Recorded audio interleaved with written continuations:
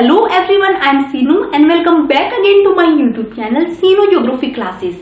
आज हम डिस्कस करेंगे 11th क्लास के एनसीईआरटी की ज्योग्राफी बुक भारत भौतिक पर्यावरण का 4th चैप्टर क्लाइमेट यानी जलवायु।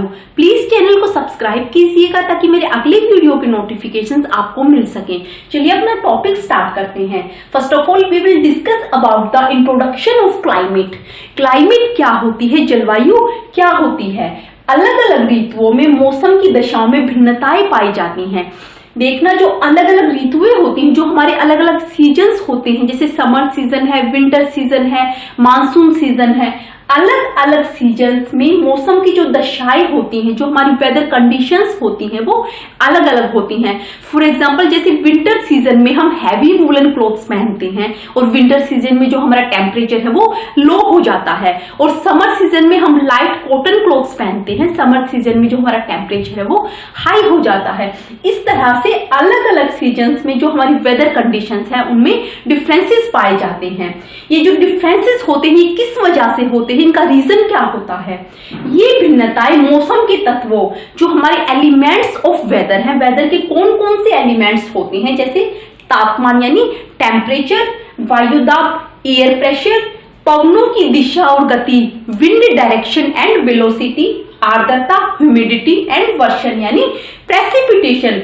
ये जो अलग अलग एलिमेंट्स ऑफ वेदर है, इनमें जब भिन्नताएं यानी इनमें जब डिफरेंसेस होते हैं उस टाइम पर हमारी वेदर कंडीशंस में डिफरेंसेस आते हैं। अब यहाँ पर देखना, एक वेदर होता है, एक क्लाइमेट होता है। ये दोनों वर्ड लगने में सेम दिखते हैं, लेकिन वेदर और क्लाइमेट में बहुत डिफरेंस पाया जाता है। कई बार क्या होता है कि वेदर और क्लाइमेट को इंटरचेंजेबली यूज कर लेते हैं, लेकिन वेदर और क्लाइमेट एक दूसरे से बहुत अलग हैं। मौसम क्या होता है, मौसम वायुमंडल की क्षणिक अवस्था होता है। जो वेदर होता है वो एनवायरमेंट की मोमेंटरी स्टेज होती है यानी टेम्परेरी स्टेज होती है। मौसम हर मिनट में, हर घंटे में चेंज होता रहता है। जैसे अभी बारिश हो रही है, थोड़ी देर बाद धूप निकल आती है। इस तरह से जो वेदर होता है, जो मौसम होता है वो मोमेंटरी होता है, कम समय के लिए होता है। और जलवायु लंबे समय की मौसमी दशाओं की औसत होती है। जो हमारी क्लाइमेट है वो average of weather conditions over a long period. जो जलवायु होती है वो लंबे समय तक होती है, मतलब जो जलवायु में चेंज होते हैं वो लगभग 40 से 50 साल के बीच में जलवायु में चेंज होते हैं, या इससे भी ज्यादा टाइम में चेंज होते हैं। मौसम जल्दी जल्दी बदलता है, जैसे एक दिन या एक हफ्ते में, लेकिन जलवायु में बदलाव 50 या इससे भी अधिक वर्षों में होता है। जो हमारा मौसम होता है, जो वेदर होता है वो बहुत जल्दी जल्दी चेंज होता है। मौसम जैसे हमारा समर सीजन आ गया, फिर विंटर सीजन आ गया, और जो जलवायु होती है वो बहुत लंबे टाइम में चेंज होती है। फॉर एग्जांपल जैसे अब एक क्लाइमेट चेंज का टॉपिक है, क्लाइमेट चेंज बहुत बड़ा विवाद, बहुत बड़ा मुद्दा अभी चर्चा में फैला हुआ है। क्लाइमेट चेंज मतलब जैसे हमारे ग्लेशियर्स पिघल रहे हैं, ग्रीन हाउस इफेक्ट हो रहे हैं, टेम्परेचर बढ़ रहा है, ये सारे क्लाइमेट चेंज के अंदर आते हैं। लेकिन जो मौसम होता है वो जल्दी जल्दी बदलता है। Climate is the collection of वेदर्स। Climate जो होती है वो वेदर का कलेक्शन होता है। जितने भी अलग अलग हमारे वेदर आते हैं वो सारे क्लाइमेट के अंदर आते हैं। लेकिन जो वेदर होता है, weather is a part of climate. Weather, मौसम एक क्लाइमेट का पार्ट है। Climate is the collection of weather and weather is a part of climate. इस तरह से मौसम क्षणिक होता है यानी मोमेंटरी होता है, स्मॉल टाइम ड्यूरेशन के लिए होता है, लेकिन जो क्लाइमेट है वो लॉन्ग टाइम ड्यूरेशन के लिए होती है। इस तरह से यहाँ मौसम और क्लाइमेट में डिफरेंसेस देखा जाता है। नेक्स्ट आती है मानसून जलवायु में एक रूपता और विविधता, कि इंडिया की जलवायु मानसूनी होने के बावजूद भी इंडिया के अलग अलग रीजन्स में जो वेदर और क्लाइमेट कंडीशंस हैं वो अलग अलग होती है। सबसे पहले मानसून क्या होता है। मानसून से अभिप्राय एक ऐसी जलवायु से है जिसमें ऋतुओं के अनुसार पवनों की दिशा में उत्क्रमण होता है। लेकिन जो मानसून होता है उसमें सीजन्स के अकॉर्डिंग जो विंड डायरेक्शन है उसमें चेंज होता रहता है, उसको बोलते हैं मानसून। भारत की जलवायु है उष्ण मानसूनी, जो दक्षिण और दक्षिण पूर्वी एशिया में पाई जाती है। भारत जो इंडिया है वो आता है हमारा साउथ एशिया में। तो इंडिया की जलवायु और जो दक्षिण पूर्वी एशियाई जो देश हैं उनकी जलवायु एक जैसी पाई जाती है। मानसून की व्यवस्था भारत और दक्षिण पूर्वी एशिया के बीच एकता को बल प्रदान करती है। इसका मतलब है कि भारत की जो जलवायु, जो क्लाइमेट है, और दक्षिण पूर्वी एशिया में जो देश आते हैं उनके बीच एकता, मतलब उन दोनों की जो वेदर कंडीशंस हैं, जो क्लाइमेट कंडीशंस है, वो एक जैसी है, मतलब मानसूनी प्रकार की है। एकता के इस दृष्टिकोण से किसी को भी प्रादेशिक भिन्नताओं की उपेक्षा नहीं करनी चाहिए।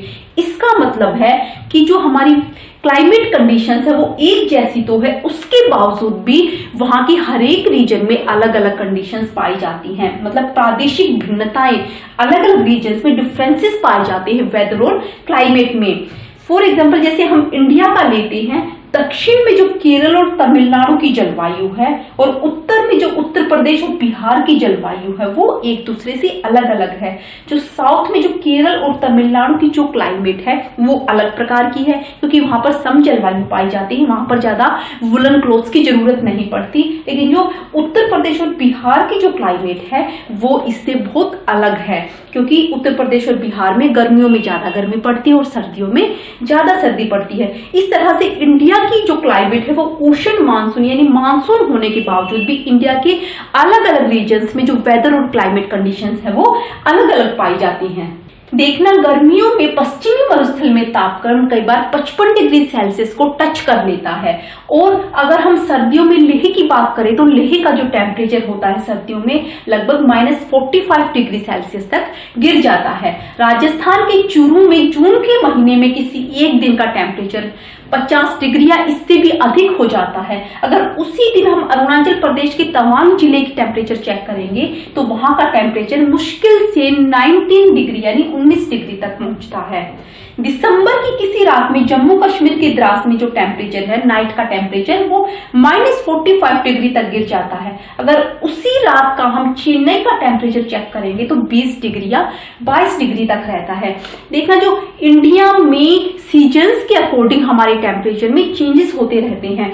इसके अलावा अगर हम 24 घंटे का टेम्परेचर अगर चेक करेंगे तो जैसे फॉर एग्जांपल केरल और तमिलनाडु में, यानी केरल, तमिलनाडु या अंडमान निकोबार द्वीप समूह में रात और दिन के टेम्परेचर में मुश्किल से 7 या 8 डिग्री सेल्सियस का फर्क पड़ता है। अगर हम थार के मरुस्थल का टेम्परेचर चेक करेंगे तो जहां पर दिन में थार के मरुस्थल का टेम्परेचर 50 डिग्री या इससे अधिक होता है, उधर रात का टेम्परेचर उसका 15 डिग्री या 20 डिग्री पाता है। इस तरह से एक दिन में 24 घंटे होते हैं और 24 घंटे में भी जो दिन और रात का टेम्परेचर होता है उसमें चेंजेस पाए जाते हैं। नेक्स्ट हम देखेंगे वर्षन की प्रादेशिक विविधता की किस प्रकार बारिश के आधार पर भी इंडिया के अलग अलग रीजन्स में डिफरेंसेस पाए जाते हैं।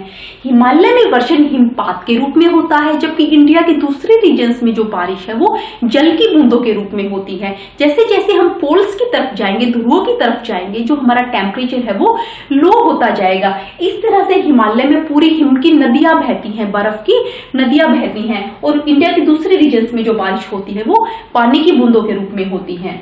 जिस तरह से वर्षण की प्रादेशिक विभिन्नताएं पाई जाती है, मतलब वर्षण की जैसे प्रकार में भी भिन्नता पाई जाती है, उसी प्रकार से वर्षण की मात्राओं में भी भिन्नता पाई जाती है, मतलब बारिश कहीं पर कम और कहीं पर ज्यादा होती है। मेघालय की खासी पहाड़ियों में स्थित चेरापुंजी और मासिनराम में औसत वार्षिक वर्षा 1080 सेंटीमीटर से भी ज्यादा होती है। वर्ल्ड में सबसे ज्यादा बारिश होती है मेघालय की खासी पहाड़ियों में, जो मौसिनराम है वहां पर होती है सबसे ज्यादा बारिश।